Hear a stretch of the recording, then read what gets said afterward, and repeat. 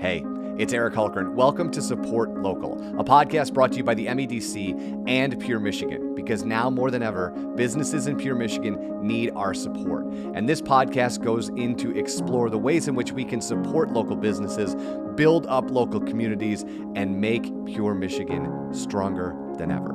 In this episode, we talk to Michele Wildman from the MEDC and Gina Thorsen from Stormy Kromer about what you can do to support local. I hope you enjoyed this episode of the podcast. And as I said, my guests on the podcast today, Gina and Michele. Welcome, ladies. How are you guys? Doing great. How about yourself? I am amazing. Thank you for asking. So we're here obviously to talk about Support Local. We are in the holiday season, is in full gear at this point. And I want to talk about the importance of every year, but specifically this year, to get out and support businesses in your local community. And I want to start with you, Gina. Obviously, Stormy Kromer is an iconic brand, not only in the state of Michigan, but nationally and globally. But I want your perspective on why shopping local this year in particular is near dire for some of these Michigan businesses that need that help. Sure. As a brand, we have the great fortune of working with so many small local businesses throughout the state and, as you said, throughout the country. Here in Michigan, we have about 200 dealers that sell our products, and the vast majority of them are small, independent, locally owned retail shops, from clothing stores to sporting goods stores to menswear, everything in between. And it's been a rough, we talk to a lot of them, throughout the year and as we work with them, and with so many of them having to be closed for, how many weeks and how long this year. And then having all the restrictions that they've had, it's just not been a normal season for them, with traffic coming in and shoppers coming in and people being, worried about coming in to shop, and people really going more towards the online shopping. It's just so important that we remember these, mom and pop and, Main Street type businesses that are so critical to our communities throughout Michigan. They're the folks that are sponsoring little leagues and, being there for their community when it's needed, when the call comes. So, and so many of them are multi-generation and, been in these communities for years and years and years and been really staples there. And we just need to show our support so that they can continue to thrive and continue to help our communities thrive. And Michele, to you, I want to talk a little bit about what happens when somebody goes and spends $1 in a local community versus, let's say, a national brand, about where that money goes and what it helps support, and why that sort of feedback loop is something that we need to pay more attention to in a year like this. Yeah, absolutely. What we know is that nearly 1 million employees at more than 100,000 stores get a boost when we choose to shop local. If each one of us took just one out of every 10 purchases and made that at a local Michigan-owned business, our state would experience a $1.2 billion growth. And all of that goes back into our communities. Those stores are shopping local, restaurants many times are procuring from local businesses and farmers. They're spending and reinvesting that money back into our local communities and supporting communities and growth. And it's just really critical that this shopping season, as Gina mentioned, that we are really supporting those local businesses that have supported us and our families for generations. And Michele, the MEDC is such a vital, important part of Michigan, not only for what you do for small businesses, but the state as a whole. What has this been like this year, and what do you anticipate this season feeling like and looking like as we head into 2021? Yeah, so it's been a whirlwind for sure. The MEDC has launched 19, might be 20 now, separate relief programs in response to the COVID-19 pandemic, really trying to support those communities and small businesses that have really been the cornerstone of our work within community development. Encourage, and this campaign is a part of that, trying to encourage support of those local businesses that are really the lifeblood of our Michigan communities and downtowns. In a year like this, let me back up for a second. In a typical year, people will shop, and they've gotten used to this idea that I can shop on the 20th of December and it'll show up on time and everything will be fine. But when the supply chain isn't a straight line, it's now all jaggedy and crazy. This idea of shopping local might be a lifesaver if you're that last minute shopper, because shipping might be problematic this year. Truth? Yeah, it's, we, our business does both e-commerce and also, as I mentioned, providing product to retailers, and the shipping's been a real struggle for us this year. They're just the delivery times, even in October and November, the delivery times were much, much longer than they typically would be.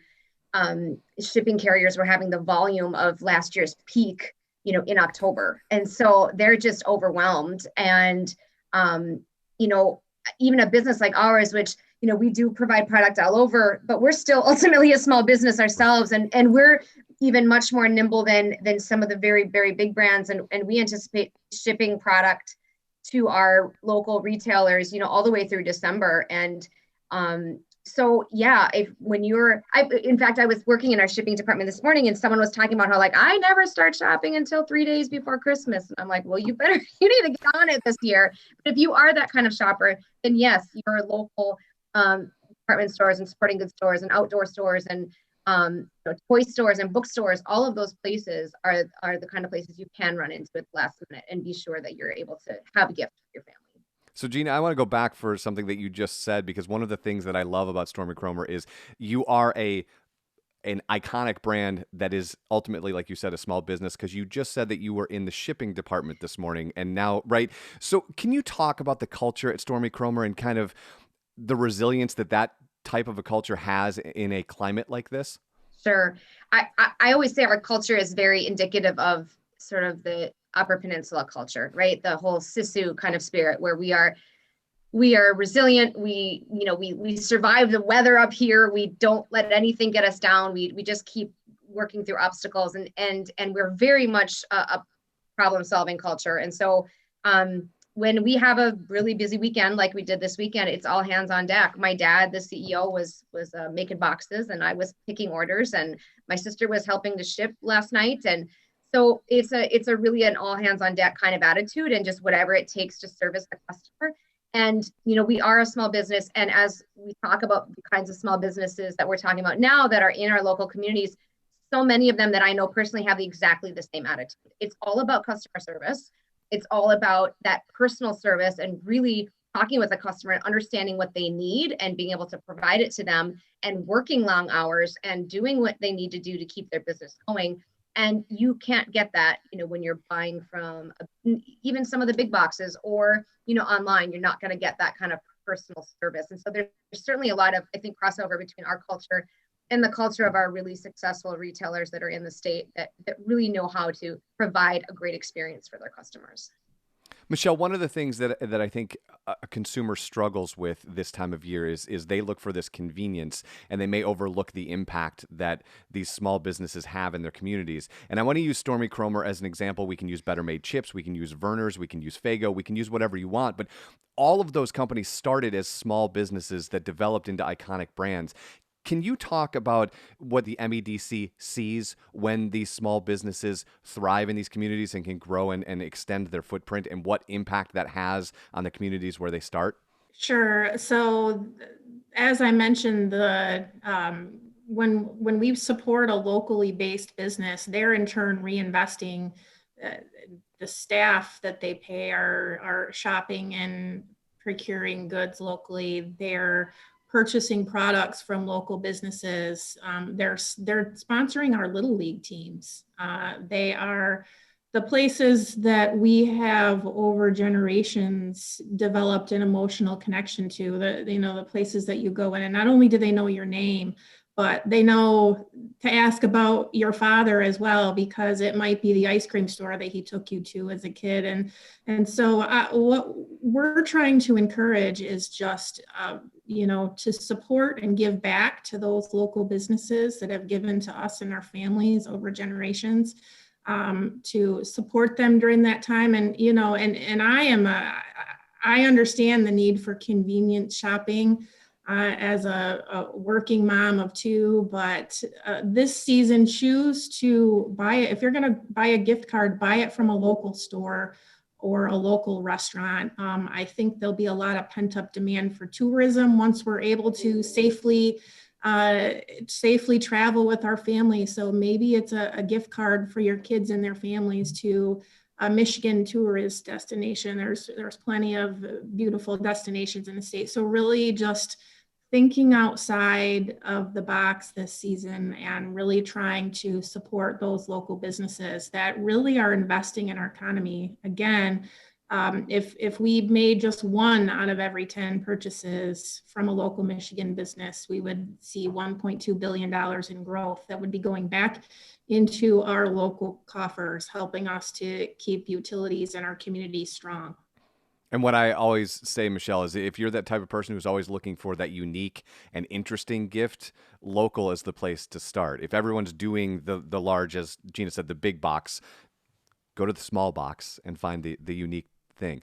Can I ask you a question, Michele? What is the number one question you guys are getting at the MEDC as we're going through COVID-19? What are the things that businesses need help with, or they're reaching out to you guys and saying, hey, we need this, or can you help us with that? I mean, in addition to just plain financial support, working capital to keep local businesses that have suffered, for example, restaurants that are currently closed for indoor dining. In addition to keeping them, just the working capital to keep them going, I would say resiliency tools, stores or restaurants who may need assistance moving to e-commerce platforms. Technology upgrades that would allow to allow them to continue to grow in an ongoing environment and kind of diversify that revenue stream. From your retail partners, what is the thing that you're hearing day in and day out as just like the tone of these businesses as we're in the holiday spirit? Yeah, there's a couple of different things. One, they are having some trouble getting product from certain suppliers of theirs, because as you mentioned, the supply chain is just crazy right now, and it has things that were delayed back in March have very far reaching effects in terms of timing and availability. So there's some frustration about product. I'm hearing and I'm just hearing some very that their traffic is maybe it's just unpredictable. Some folks had really busy summers, for instance, and up in the UP here there was kind of record travel happening because people could get in their car and they felt safe to maybe be somewhere outdoors. And so some retailers we're talking to had really great summers. And then maybe, in this time of year, their traffic, or, prior to the shopping season starting here now, but they had some slower weeks in early December where the traffic was down. And I think there's just so much unknown, and they're not sure what's going to happen. How many people are switching to online shopping and aren't going to be coming in? How can they look at their normal numbers that they typically do on these kinds of days? And what is that going to look like in 2020? I've sort of anecdotally heard that, foot traffic on Friday, Black Friday, was really low. And so I know certainly that's a day for folks that they're looking now to make up, and how do they do that? So I think it's really just the uncertainty. And we've had some, different retailers that we've worked with, just helping them out in ways too, getting them longer terms on their invoices, and providing product that maybe, they would normally get from another supplier, but they've switched over to us and we've got things in stock so they can keep their stores stocked. So it's been an interesting year just working with folks too. If you think even to earlier in the year, we had retail partners that were affected in various cities, during some of the protests and things that were happened, and they had damage to their stores and things like that. So it's not just the pandemic that some of these businesses have had to overcome this year. There's been lots and lots of challenges. And I think as we're in this, what is normally a prime time for their sales, I think the big thing is just uncertainty. Absolutely. So I had a very interesting thing happen yesterday, and I wanted to bring it up to both of you and direct this to Michele.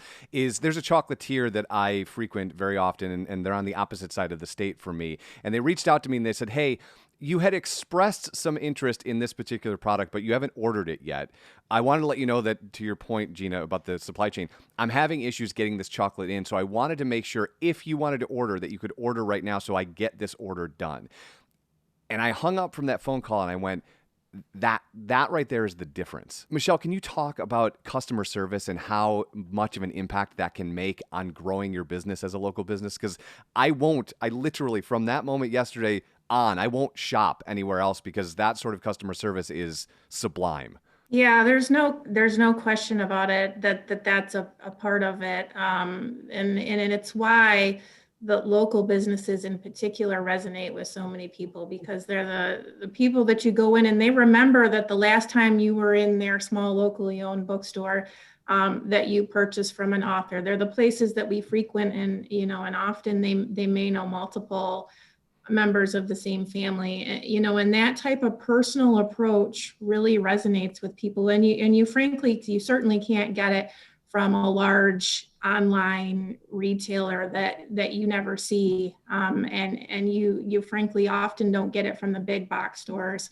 The local hardware that you can walk into and they remember because they helped you a year ago when you fixed up your kitchen, and pointed you to just the right product. And so really that personal approach is what we see as, really strengthening those downtown and local businesses and keeps us coming back. My sense for Michiganders and their businesses is they are in for this fight as long as we're all in for this fight. And I want to get your sense about not only Stormy Kromer, but everyone that you work with. What's the temperature of getting through this stronger than we went into this? Yeah, I think, like I mentioned before, so many of the businesses we work closely with are retailers that have been around for 40, 50, even pushing 100 years. And so certainly amongst them, there's this feeling, we may not have been through a pandemic before, but we've been through some pretty other bad stuff before, in our company history. And there's this sense of we've got through it before, we can get through it again. I think, I think it's harder on our local restaurants than our local retailers, just from my sense and from friends I have. The restaurants are struggling. I think Michele said something about buying gift cards to restaurants. I think that is an excellent idea. They have certainly been hit the hardest with having to be closed and all of that sort of thing. But even still, those folks who I know who are having a tough time, they believe in their business. They believe strongly in their community. They're there for a reason, and they fully expect to come out on the other side and keep building on the momentum and the dreams and the plans that they had, before 2020 kind of threw us all a curveball. So I certainly see a lot of resiliency and determination that we'll figure out a way to get through this.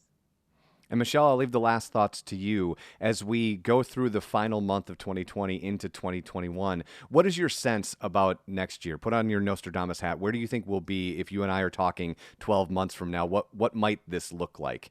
Well, I think we need to continue to assist and support local businesses, and to help with that revenue diversification, continuing to provide incentives and support to help strengthen our Michigan-based businesses, helping them move to e-commerce platforms, really helping with marketing and technical assistance support. Our technical assistance programs are a big part of what we do within community development, and really continuing to offer supports and incentives through those networks so that we can regrow and build Michigan back more and come back from the pandemic more equitably and stronger than before. Michele, Gina, thank you so much for your time today. If you want to learn more about how you can support your local communities this holiday season, head to michigan.org/supportlocal.